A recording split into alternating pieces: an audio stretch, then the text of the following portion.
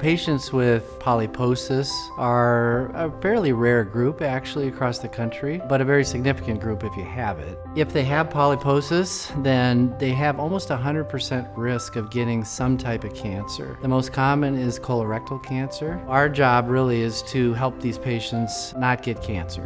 Polyposis, the one that we see a lot in clinical, familial adenomatous polyposis. Basically, that's formation of polyps throughout the GI tract. There's not a lot of symptoms that come along with this early on, so unfortunately sometimes these people won't know they have this condition until they have a cancer. The classic finding is early onset polyps and many polyps, like hundreds to even thousands of polyps. The findings are very dramatic when we see them. I always say genetics doesn't just impact you, it impacts the wider family. So siblings and children are at that 50-50 risk of carrying that same change. And that's because these changes are typically inherited from that patient's mom or dad. So in those positive result scenarios, something we always do in our genetics department is we write a family letter that says, "Dear relative, someone in the family was found to carry this, and you can have genetic testing too." And I kind of think of it as kind of like a golden ticket. They should be referred to their local genetic center, no questions asked. For younger individuals managing this polyposis syndrome, early on, we actually recommend they start doing endoscopic checks with a colonoscopy around age 10. Procedures may be able to help decrease the cancer risk and even remove the polyps that are there. Generally, over the course of time, they will increase, usually to the point where the polyps are so numerous that we say we can't be removing these, they're all over the colon. A surgical intervention to remove the colon then takes away that risk of forming colon cancer. There are different approaches to managing these polyps. The non-surgical treatment is really to try to get the polyps to slow their growth, if you will, and not progress too rapidly to cancer. My job as a surgeon is that they don't ever get cancer. That's what we have to be very clear about. The number one goal of surgery is to prevent cancer, to extend their life. The secondary objective, though, is to make sure they have good quality of life.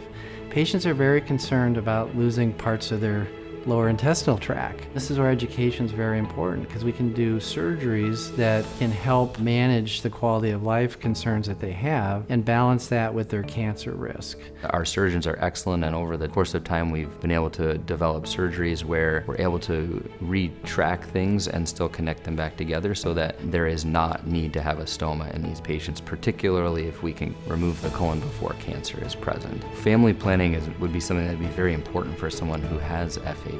We are very fortunate that we have had progress in genetic testing. Over the course of time, we're able to do pre-implantation genetic testing in working with our genetics team and our fertility clinic here. It's really important for patients to seek out a multidisciplinary center that has individualized care for patients that have these more rare genetic conditions. The type of screening that we can offer here is going to be more advanced, much more specific, it's much more sensitive. I think the future for patients that are living with polyposis is bright. There's a lot of research right now looking at how do we treat this at the molecular and genetic level. This is the future.